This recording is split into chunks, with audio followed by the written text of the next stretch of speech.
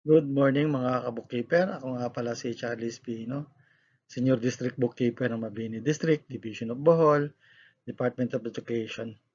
Merry Christmas mga ka-bookkeeper. Ang topic natin ngayon ay kakaiba, hindi itong ordinaryong ginagawa natin about bookkeeping. Ngayon, iba na yung topic natin ngayon. Medyo sideline muna tayo sa ibang topic mga bookkeeper. Simulan natin. Ang topic natin ngayon ay when was Jesus born? Matagal na 'to, maraming nagsasabi na hindi nila alam kung kailan pinanganak si Jesus Christ.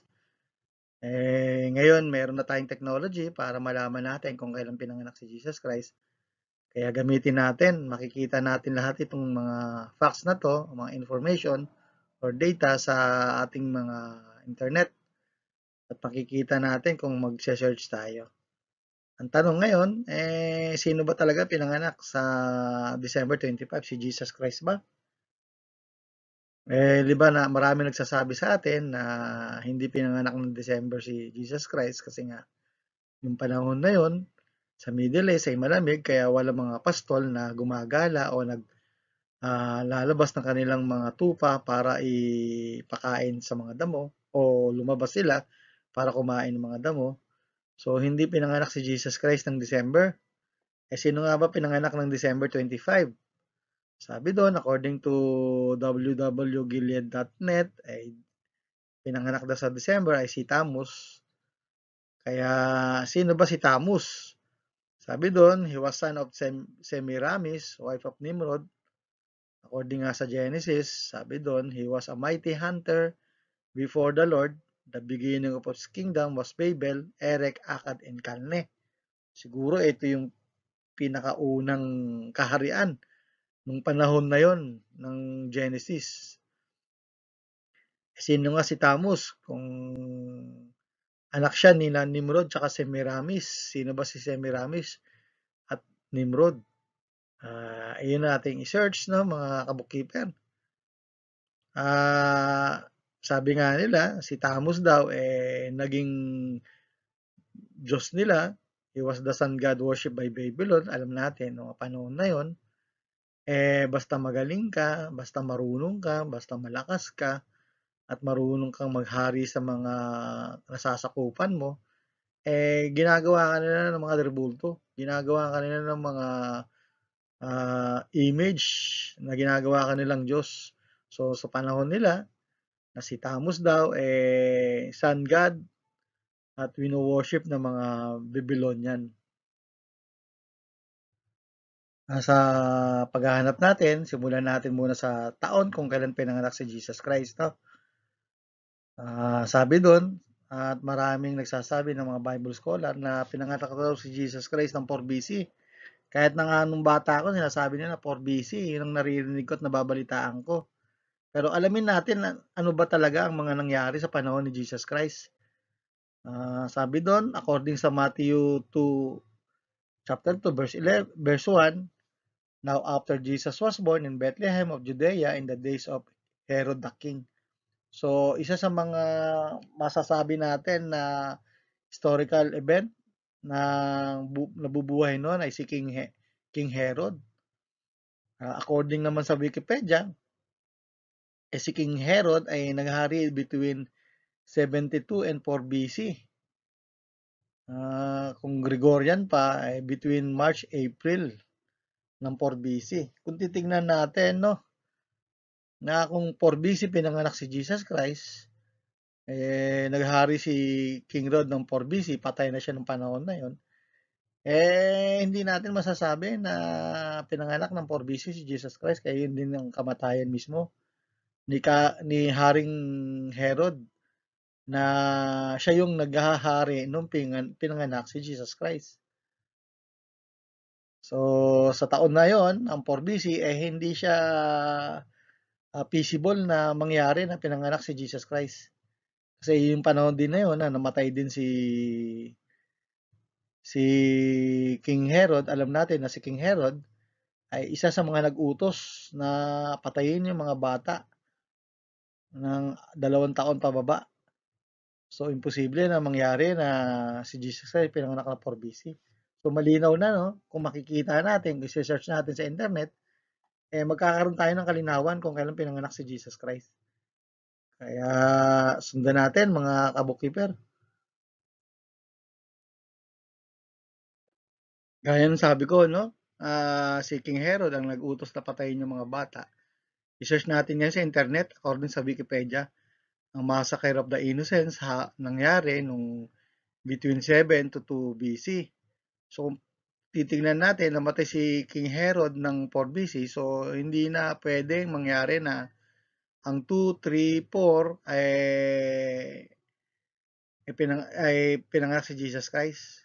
So, between sa 7 or 6 siguro, kung titignan natin.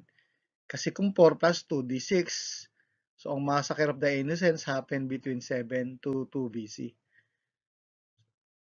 Makikita natin yun sa Bible, no? When Herod saw that he had been tricked by the wise men, he was infuriated and he sent and killed all the children in and around Bethlehem who were 2 years old or under, according to the time that he had learned from the wise men. Yun according sa Matthew chapter 2, verse 16. So pinapatay ni King Herod ang mga bata nagkakaedad ng 2 taon pababa. So King Herod died 4 BC plus 2 years, then around 6 BC, ipinganak si Jesus Christ, no? Kasi siya mismo nag-utos na patayin ang mga bata. So makikita natin ang massacre ng innocents, pinanganak si Jesus Christ between 7 and 6 BC, no? Kasi nga nakikita natin ang massacre of the innocents nangyari, pagpatay sa mga bata between 7 to 2 BC. So 2 taon lang, tama pa rin ang Wikipedia, between 7 and 6 BC na nangyari ang innocence. Yun din marahil ang kapanganakan din ni Jesus Christ kung titignan natin. Ano pa yung makikita nating data patungkol sa kapanganakan o taon na kung kailan pinanganak si Jesus Christ? Sabi doon, another basis was written from the Gospel of Luke, chapter 2, verse 1. In those days, a decree went out from Caesar Augustus that all the world should be registered. So makikita natin, no? Noong panahon na yon, si Caesar Augustus ang nag-declare ng lahat ng tao ay magrehistro para magkaroon ng census. Alam natin na ang Roman Empire ay may mga census na ginagawa sa kanilang kaharian. At since na ang Israel o ang Bethlehem ay sakop ng or under ng mga Roman Empire sa panahon na yon at ang naghahari ay si Caesar Augustus. So according sa Wikipedia, titingnan natin na ang paghahari ni Caesar Augustus ay nangyari ng 27 BC hanggang 14 AD after death. So makikita natin ngayon kung anong mga census na diniklara o ginawa sa panahon mismo ni Caesar Augustus. Kung titingnan natin ang Roman census ng nasa baba ngayon na figure, malalaman natin kung anong year na ginawa ang census o pagrehistro ng mga tao sa panahon mismo ni Caesar Augustus. Based nga dun sa figure na makikita natin sa Roman census figures, there were 3 census under Caesar Augustus. Ang isa ay 28 BC, ang pangalawa ay 8 BC at saka 14 AD. So ang malapit dito sa tatlong ito ay ang 8 BC. Makikita natin ito sa www.cisan.edu sa HTML na to, no? So ang pinakamalapit, the nearest to King Herod's reign and Massacre of the Innocents was 8 BC. So let us think that a decree ordered was on 9 BC and a result of census a year after due to large area of coverage of Roman Empire. The same year, Joseph and Mary traveled to Bethlehem to register. So kung ang Roman census ay 8 BC, imposible na nag-declare si Caesar Augustus ng 8 BC at natapos din ng 8 BC. Imposible sa kanilang nasasakupan kasi malaki yung nasasakupan nila. Alam natin, isa sa pinakamalaking empire na sumakop sa buong mundo ay ang Roman Empire. Yun ang pinaka malaking kaharian na sumakop sa buong mundo. Malalaman natin ngayon, dahil sa kalakihan ng kanilang kaharian, ay imposible na ang decree ay binabadi ni Caesar Augustus ng 8 BC at matatapos ng 8 BC. Kahit nga sa panahon ngayon, kung mag-census, abuti ng 1 taon mahigit bago lumabas ang result. Based dun sa Roman census figures, meron silang figure ng 8 BC, so malamang more or less or marahil or sigurado na pinanganak si Jesus Christ nung panahon o bago dumating yung 8 BC. So makikita natin na sa internet ay may mga data na magtutukoy o mga information na nagtutukoy na magagamit natin kung kailan talaga pinanganak si Jesus Christ. So makikita natin ang Massacre of the Innocents ay nangyari between 7 to 2 BC. So tama ang 7 BC kasi nga makikita din natin na ang Roman census figure ay nangyari na 8 BC. Kung titingnan natin na imposible na ang decree ay lumabas ng 8 BC at lumabas din ng result ng 8 BC. So more or less, alam natin na pinanganak si Jesus Christ ng 9 BC. Kung 9 BC at ang Massacre of the Innocents, ang pagpatay sa mga bata ay nangyari ng 7 BC, di ba alam natin na 2 years old ang pinapatay ni King Herod, 2 years old pababa, para siguradong walang maiiwan o hindi mabubuhay si Jesus Christ nung panahon na yon. Kahit nung panahon na yun pala, may threat na dun sa buhay ni Jesus Christ. So kung 7 BC plus 2 years old, kasi nga dun ang base natin yung 2 taon pababa, so kung 7 BC nangyari yung Massacre of the Innocents, plus 2, so 9 BC. Therefore, Jesus was born on 9 BC.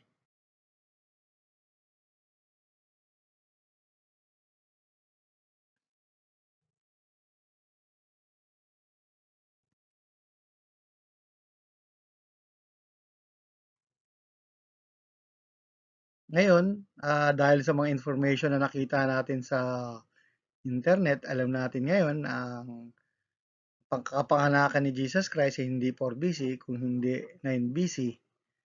Yun ang taon. So, alamin natin ngayon kung anong buwan pinanganak si Jesus Christ. At masasabi natin, pakibasa yung Luke chapter 1, verses 20 to 27, tsaka 36. Sabi doon sa 26, in the 6th month, the angel Gabriel was sent from God to a city of Galilee named Nazareth, to a virgin betrothed to a man whose name was Joseph of the house of David, and the virgin's name was Mary. And behold, your relative Elizabeth, in her old age, has also conceived a son, and this is the 6th month with her who was called barren. So makikita natin, no, ang linaw-linaw sa verse 26 ng Luke chapter 1 na in a 6 months. So sa ika-anim ng panahon na yon, eh, dumating si Angel Gabriel para sabihin yung message na si Mary ay nagdadalang tao yung panahon na yon.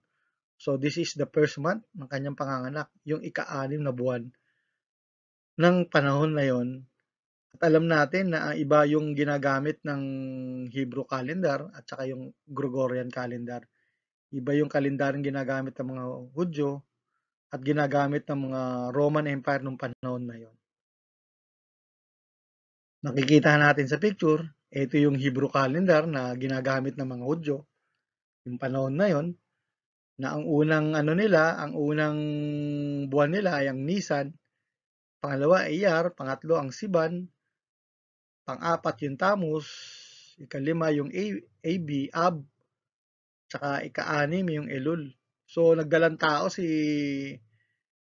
Mary Nung dumating si Gabriel ng panahon ng buwan ng Elul. So sa ika-6 na buwan, yun ang sabi sa Bible. So kung bibilangin natin kung kailan pinanganak si Jesus Christ o anong buwan pinanganak si Jesus Christ, from Elul, pupunta tayo sa Tishrer, 1, ang Heshban, 2, ang Kislev, 3, ang Tibet, 4, ang Shebat, 5, ang Adar, 6, ang Nisan, 7, ang Iyar, 8, ang 9 is Siban. So alam natin na ang ordinaryong panganganak ay 9 na buwan lang. So based sa ating nabasa o sa Bible at sa na-search natin ng Hebrew calendar ay malalaman natin na si Jesus Christ ay ipinanganak ng buwan ng Siban sa Hebrew calendar. At pero makikita natin sa gitna ngayon ang Gregorian calendar. So ang buwan ng Siban sa Hebrew calendar ay between May tsaka June. So kalagitnaan ng May at kalagitnaan ng June nagtatapos yung buwan ng Siban. Ayon yun sa calendar ng Gregorian. So malalaman natin ngayon na pinanganak si Jesus Christ nung panahon ng Siban. Ano bang meron sa panahon ng Siban o sa buwan ng Siban sa mga Hebrew? Importante ba to sa kanila? Tingnan natin. Sa mga Hebrew pala, ang buwan ng Siban, pinagdiriwang nila yung festival on the month of Siban ay ang Feast of Weeks, Exodus, Feast of Harvest, Exodus, makikita rin ito. Feast of First Fruits, makikita natin sa Numbers. Feast of Shabbos, Exodus din, 19, buong chapter ng Exodus 19. At ang Day of Pentecost, meaning itong 5 na to ay iisang date lang sa buwan ng Siban at alam natin na ang mga nangyayari ay merong 7 festival ang Hebrew. So kalimitan sa panahon na yon yun din yung panahon na ginagamit ng Diyos kaparehas nung yung panahon ng kamatayan ni Jesus Christ bumagsak din o nag-fall din sa panahon isa sa mga festival ng mga Hebrew. So, yun din pala yung panahon na Day of Pentecost, yung kapanganakan din ni Jesus Christ sa buwan ng Siban. Ano nga ba nangyari doon sa Day of Pentecost? Kung makikita natin, kung nagbabasa tayo ng Bible, yun yung panahon na kung saan binigay yung nakatanggap yung mga apostol ng Holy Spirit. So, the Holy Spirit was given sa panahon ng Pentecost, yun na tinatawag nilang Pentecost. So meaning, yung pagbibigay ng Holy Spirit, ang Diyos Espiritu Santo, pagbibigay din ng Diyos Anak o kapanganakan din ng Diyos Anak yung buwan na yon o yung araw mismo na yon kung kailan pinanganak si Jesus Christ, din yung panahon na binigay ang Diyos Espiritu Santo. So parang coincidence ba o talagang sinadya? Ano nga ba yung Feast of Shabbos na isa sa mga festival na pinagdiriwang ng panahon ng Siban? Sabi doon, according sa Exodus 19, Shabbos ay Feast of Weeks. Parehas din pala siya ng Feast of Weeks. Tinatawag din siyang First Fruits, a fundamental moment in Jewish history, the giving of Torah to the Israelites on Mount Sinai. Ano ba yung Torah, Makikita natin, sacred literature of Jew, literally given of written word as 10 Commandments. Ang Torah, yung 10 utos. So yun yung panahon o yung araw na kung saan umakyat si Moises sa bundok ng Sinai at ibinigay yung 10 utos. Ang mismong Diyos ang sumulat dun sa bato, sa stone tablet, yung 10 utos niya. So kung yung panahon na yon ay tinatawag na Feast of Weeks, Feast of Fruits, o Feast of Shabbos, ang pagbibigay pala ng written word o sinulat na kautusan ng Diyos. So hindi kaya yun din ang panahon ng pagbibigay ng physical mismo o katawan mismo ng written word o mismong word. yung panahon na yon, yung araw na mismo kung saan binigay ang Torah o ang written word, yun din ang panahon na binigay yung mismong physical na word. Gaya ng sabi ko, no, ang day of Shabbat, literature of Jew literally given of written word as 10 commandments. Do you think of Jesus Christ was an accident? Hindi random, no, yung kapanganakan ni Jesus Christ. Lahat, kahit nga yung kamatayan niya, itinakda. Kahit yung kapanganakan niya, lalo lang itinakda. Based nga sa Galatians chapter 4, verse 4, but when the fullness of time had come, God sent forth His Son, born of woman, born under the law. So, fullness of time, meron talagang timing na binigay ang Diyos para ipinanganak. So, gaya ng sinabi ko, yung kamatayan niya ay bumagsak din sa isang festival ng Hudyo. Ganun din ang kapanganakan ni Jesus Christ ay bumagsak din sa isang festival ng Hudyo na tinatawag na Feast of Shabbat. So, did you think that giving a written word was the same day of giving a word in a flesh? Mapapaisip tayo, no? Kung yung araw na yon kung saan binigay ang written word, malamang hindi yung araw na kapanganakan o word in the flesh na binigay ng Diyos. So, lumilinaw na, no, kung ano yung kapanganakan ni Jesus Christ.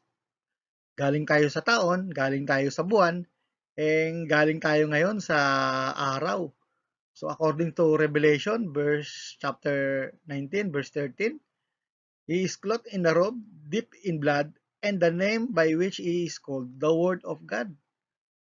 We all think that giving of written word was the same day as the birth of Jesus Christ. Therefore, when was the day of birth? Kailan ba pinagdiriwang? Kung alam natin, ang Feast of Shabbat nangyari sa buwan ng Siban. Alam natin ang Torah nung panahon na yon binigay, yun din yung araw ng kapanganakan ni Jesus Christ. Kailan ba talaga yun? Alamin natin, no? I-search natin kasi maraming mga data, information na makikita natin sa internet. Isa na rito kung kailan pinanganak si Jesus Christ. The day, the celebration of Shabbat occurs on 50th day or 7 weeks after Passover. Ano ba yung Passover?